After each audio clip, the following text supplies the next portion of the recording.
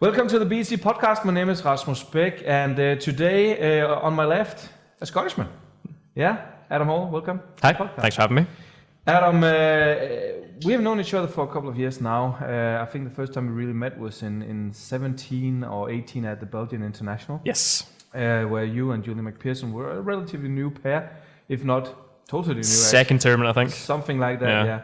Since there's been a lot of things going on. Of course, we also have a pandemic still in it as we speak in end of April 2021. But Adam, where are you and Julie actually now compared to where you all started? It's an interesting question. So, yeah, but they say it was a new pair. Me and Julie did play for a good 2 years at junior level. We played at my under-19 European level junior year together. And it was kind of like a random occurrence. We actually started playing together again. Like, we had no plans to play with Julie. I actually played with Kira before that year.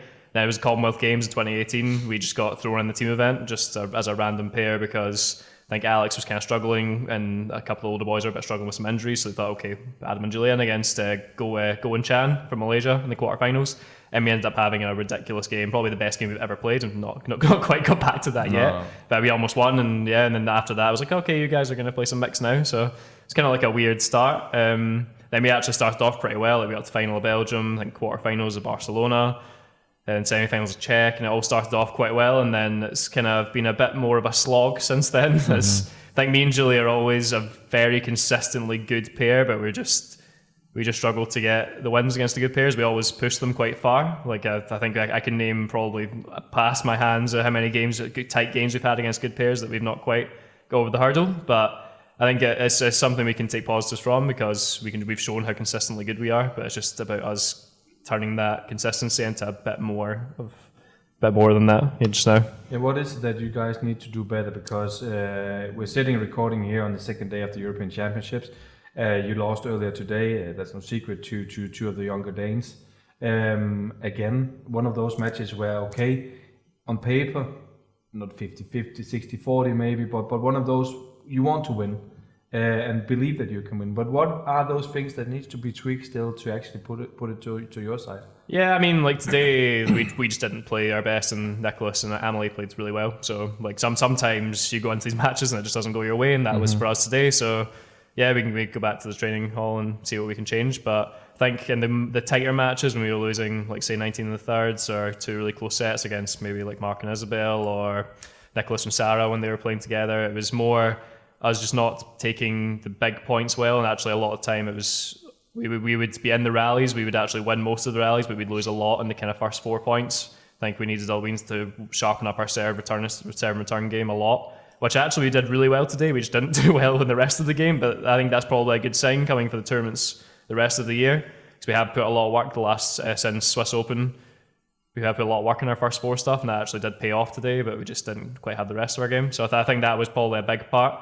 I think a little bit of it's experience as well. Like, I mean, I've been around quite a long time. I think I'm only 25, but I've been playing in this circuit for maybe 8-9 years now.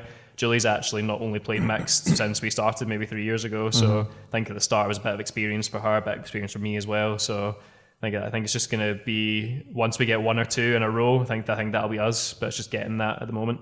Yeah, exactly, Adam, because I hear that often, that if you if you get that big win against that good pair, then it can actually be like that snowball rolling, right? Yeah. And how come you haven't got that big win yet? Because you have pushed everybody basically to the edge now, but not over it. Yeah. I think we have had some good wins. I mean, we beat Almov, Dabatova, Dutch Open. We normally can have a good win, and then it's like we struggle to do that the next round again. I think we haven't. I don't think we've actually ever won like 2 games and a 100 up. We always kind of get stuck at that second round. So it's easy to get the first win. It's then backing up. I think it's just consistency we're not quite managed to get yet. But like I say, it's gonna have to come. We're putting the work in. We're doing well in training, so we have to just rely on we just have to believe in the fact that it's going to happen, and then we need to be patient. And that's not the easiest thing to do. No, but isn't it tough to be patient all the time? Because I remember when I saw you guys reaching the final in Belgium in your second tournament, then quarterfinal in Barcelona as well, where you did good, in Czech Republic where you also did good, and I was like, okay, maybe Scotland actually has a pair here who can challenge for European medals 1-2 years down the line. Now we are 1-2 years down the line, but you bounce out in first round, right? Yeah, I mean, tough draw here, but I think us and Emily and Nicholas are, with maybe the Germans, Kilazu and Jones, are probably the best non-seeded pairs, and we got each other first round, so it's just how the draw goes. Another part of the draw, we maybe could have got a medal, but yeah, it's just how like you need to be on form from the first round, and we weren't, so that happens. But yeah, I mean, it's not been easy the last 3 years. I mean, finding that patience has been something that I've personally really struggled with. I mean, I know we've had chats with PWF and back at home about mental health a couple of years ago. With having to deal with constantly going through these tough losses is something that really does get to you. It still does get to me. I remember after we lost the Swiss Open against Mark and Isabel, when we played, I think we were definitely the better pair for the 3 sets, but just had 2 runs, and second and third set they lost us it. I literally lay in the room for like a full 24 hours, didn't speak to anyone, didn't really eat. I was like really not in a great place. But so like it's still hard. We had a pretty like not the nicest chats after the match today. Like it's difficult to always be positive, and I think that's like Ingo, the coach we have now. We describe him as a very in your face positive man. So he's quite good to have around in this kind of moment. But it's not easy. Like sport isn't hard, especially elite sport. You're going to lose more than you're going to win in most circumstances. So it's about finding ways to deal with that. But Adam, looking at the start of that relation or partnership with Julie, was it? Looking at it now, was it too good a start actually? Reaching finals, quarterfinals, big tournaments. Did you put up expectations too high maybe in the beginning? Yeah, I mean, I think that could be a possibility, because it's not even like, I think me and Julie also, we do seem to always get the toughest draws in the draw a lot of the time, so that maybe might be a factor in a lot of these kind of second round losses. But even in those tournaments at the start, we didn't have easy draws, but we managed to fight our way through. So I think maybe starting off that well wasn't the best, especially we started off well without really having much together as a pair. I think we're a much better pair now than we were 3 years ago, but we're just not quite getting the luck a lot of the time. And I say luck, but sometimes you make your own luck, and sometimes some things just go against you, and we seem to just not have that at the moment. So yeah, so I don't really have an answer. A former top player once told me that if you lose a game 21-19 or win it 21-19 in the decider, you should actually evaluate the same way. Maybe that's actually kind of the things that you and Julie is also looking at the moment, saying, okay, we need still to take those back-to-back wins in the same tournament, but we are where we want to be. Yeah. I mean, I say, like, it's not a lot of people would be happy with the level we've shown the last 3 years or 2 years. I say, deep down, I'm happy with the level we're showing, because again, there's not many pairs who aren't at the top already that have challenged as much as consistently as we have. So yeah, it's about evaluating. There's always things we can do better, like always. Even today, like we were happy with some aspects, other aspects we weren't happy with. So it's then how we adapt to that and how we build that up. I think maybe in the past we've been taking too long to fix certain issues, but I think now we need to do it a bit faster, especially like I'm not getting any younger. I think I'm probably one of the old ones now, so I think it's about adjusting things a bit faster and being able to tweak things a bit easier. I'd like to point into one of the things you said in the very beginning here. You said that then we were told, now you play mixed together. How is it that you have a coach, sports management saying, you guys, now this is a partnership. It's not your call. Yeah. I mean, I think badminton is probably the case in quite a lot of federations. The coaches have a lot of power, and the athletes most of the time don't really get a say on what happens. Like I know a lot of people that have just partnerships been split up and put with different people that maybe wasn't the best choice, and looking back, definitely wasn't the best choice. But yeah, that's the power the coaches and associations have, and sometimes there's not much you can do about that. Yeah, it was a bit of a shock at the time, especially because like Julie didn't really play any mixed. I actually was having a good run of tournaments with Kira. We played 4 tournaments and had 4 pretty solid tournaments at the time. So that was a bit of a shock, I think, for both of us. And obviously it has worked out quite well because we have turned into a pretty decent pair. But yeah, it was at the time. It was a bit of a shock for the two of us. How was it to practice with Kira the day after that decision was made? To be fair, like there was a lot of stuff going on that year after the Commonwealth Games with us in the squads anyway that I'm not going to go into. But we actually didn't really do any mixed training at all for the first 6 months that we played together. We did one session a week, and Kira wasn't actually allowed to be part of that at the time. It was only myself, Julie, Alex, and Eleanor that were allowed to do mixed because. Yeah, there was stuff going on. So actually, I think it was a bit of a miracle we did well in those first couple of tournaments because we weren't doing any sort of training. So okay, yeah. but Adam, one thing is doing good at Commonwealth Games. We spoke to some of your teammates about it before. Also spoke to some of the English guys before, and of course it's kind of like a close club, so to speak. Yeah. There's not like everybody can compete there. Somewhere where everybody can compete, that's other multi-sport events like European Games, like the Olympics. But you guys in Scotland are in a position where you have to compete against the English. And you and Julie might, if we put Kirsty aside, who's actually right now in the spot for taking an Olympic pick for Tokyo. I'm not talking Tokyo here for you guys, maybe 2024 instead. Yeah. How is it to know that Marcus and Lauren, for now, Chris and Gabby as well, and there might come a younger one from England. You guys have to beat those guys actually to make it on top of your teammate, Christopher and Eleanor, who's actually also going to play mixed now for at least the upcoming future. How is knowing that, okay, it's not only the guys we practice with every day, it's also the other guys? Yeah, I mean, it was quite tough going into the Olympic qualifying this year because obviously even both events, you go into it, you've already got Chris and Gabby, Marcus, Lauren, you had Ben and Jess at the time as well, so that's 3 English pairs that are already doing pretty well and ahead of you, so that's quite hard to even look at them to think, well, they're pretty much not going to get to that for this one. So the mix to the start was pretty much we kind of said we were going to try and qualify, but wasn't really a big aim for us. The men's doubles as well, we obviously had Marcus and Chris at the time, and now Ben and Sean, who are playing really well.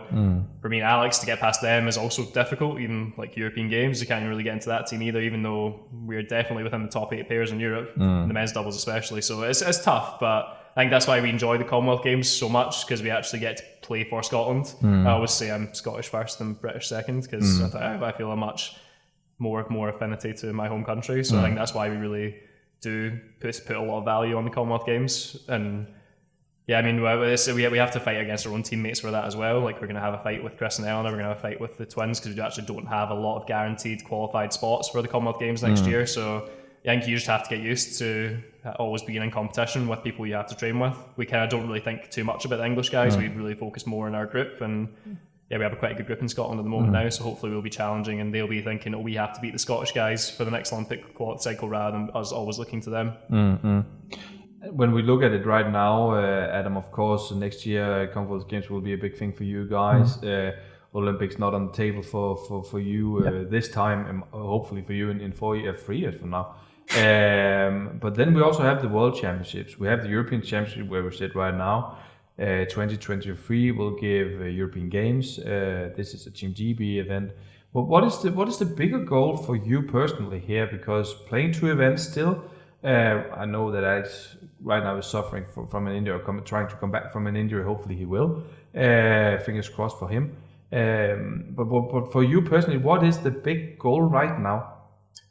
Right now, I think it really is a big focus on the Commonwealth Games for us, especially. A lot of our funding comes from because we deal in Commonwealth Games cycles in Team Scotland, so that is always going to be a big goal for us, especially I feel like next year there's definitely going to be chances. So I say hopefully Alex is going to be back and fighting fit very soon.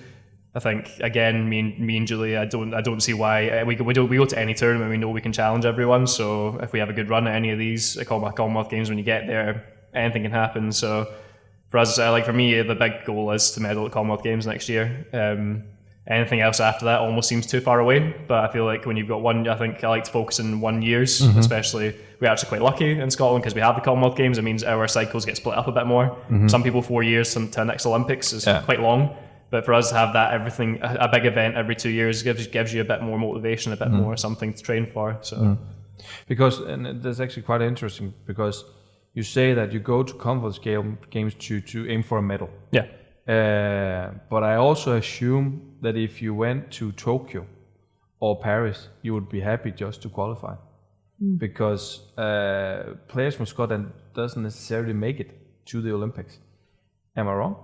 No, you're not wrong. I think if you look back, we had Anne Gibson back in '96. We had Susan and Imogen in 2012, and then Kirsty in Rio. So we've not really had a lot of Scottish Olympians. I think, especially in the doubles events, it's difficult to qualify. Like to be in that top 16 pairs in the world, obviously is hard enough as it is. But when you've got to be in the top 16 pairs in the world and then in GB, that's difficult. And no one's going to say that's not difficult. I think for everyone, come with the Olympic Games is that is the end goal. And yeah, it's one thing to say, oh yeah, I'm happy to take part, but then you can also see like Marcus and Chris at the last Olympics, where I'm sure they would have been happy to take part, and then they got a medal. So I feel like once you get into these events, anything can happen. It's anyone's game because everyone's a good player or good player. So. But isn't it a funny approach actually to say, okay, we are just happy to be here. That's the base rule, right? Yeah. And then okay, let's see what happens. Yeah. Because normally I would hear a guy like you. We actually spoke earlier this week where you said, I believe we can win at the Europeans. Okay, you lost today, but put that aside. Yeah. But you believe that you can win it, or you can do something, you can medal. Yeah. But a lot of players are saying, especially coming from the non-traditional badminton countries like Denmark and England, maybe France in this case, and put Karolina aside again, saying, okay, if we qualify, so happy. And then I know I might not win that medal, but it's also okay. Isn't that a funny thing, actually, to think about it that way? Yeah, I think it's more the experience of the Olympics. I think to call yourself an Olympian is something that very little people get to do. So I say managing that, because I remember speaking to Kirsty after she won a silver at the first Commonwealth Games in Glasgow. She almost felt like she'd won after she got into that final. And then she really didn't play her best in the final, and then she came home with a silver. And then I think speaking to her after that, she was quite angry with herself how she reacted after, because she thought, I've won that medal, okay, I've done it, that's me. So that's then, I think it's kind of similar Olympics, like you qualify, like, okay, that's me, I've qualified, I can just kind of have fun now. But I think people do need to think, well, I've worked so hard to qualify, then I should work even harder to try and aim for that medal. But yeah, like you said, it's such a strange thing. As soon as you qualify, it's just, the Olympics is just something different. I don't know what it is. It's just a different thing. But maybe it's also because some of the players are not even close to qualifying in the beginning of the qualification, and then they make it, right? Yeah, exactly. I remember the last European Championships before Rio, it was so many single spots, especially up for grabs. I remember Peter Kukal coming back from 2016 down the third to managing to qualify, and his like dad being in the back of the course. It's such an emotional experience. I think for some people, some countries, and some people, just qualifying that is their medal, and there's nothing wrong with that. Like, because some people aren't gonna, like, especially with how strong Asia is at the moment, like looking at a medal sometimes is unrealistic, and you can't go into it with that unrealistic goal, because that's almost as bad as going in with too low of a goal. You can't reach something that's not going to happen. So it's about knowing yourself, knowing what your level is, and knowing what you yourself's going to be happy with in 30 years' times when you look back. Shorter, before we wrap it up, Adam, a year from now, Commonwealth Games, as we've talked about now, if you medal there, which I of course hope that you will, because there's not that many European countries actually taking part in the Commonwealth Games, so I can say that. Will you then say, okay, I got it, most of my career, I got that Commonwealth Games medal? I think if I end my career and I did medal next year, I would be satisfied with that. I think for me, like, I would put Commonwealth Games at an equal level as like an Olympics or World Championships. That is how important it is to us in Scotland. So like, if I was lucky enough to get a medal, I would look back in my career and I would always find negatives. I'm like that. I'm very picky. So I would be able to pinpoint things, but I would be able to sleep easy at night if I had a medal at the Commonwealth Games, yeah. And what about beating an English pair in the final? That would make it even more fun. I mean, yeah, that's always makes it a little bit more special. But I mean, I say that we still have a good relationship with the English guys. Yeah, I mean, looking at next year's probably going to be Ben and Sean, and I've grew up with the two of them. I played Sean and Ben for literally since we were like 10 years old. So if it was a Commonwealth Games final, I'd probably quite enjoy that. And if I did manage to win, I'd also very much enjoy that. And I wish you the best of luck, not only at the Commonwealth Games, but of course for your future career as well. Thank you for joining the podcast. No, thank you for having me. And thank you for watching the BEC podcast. Remember that you can always watch Badminton on demand on badmintoneurope.tv, and of course also a lot of our live action. This guy, among others. Thank you for watching.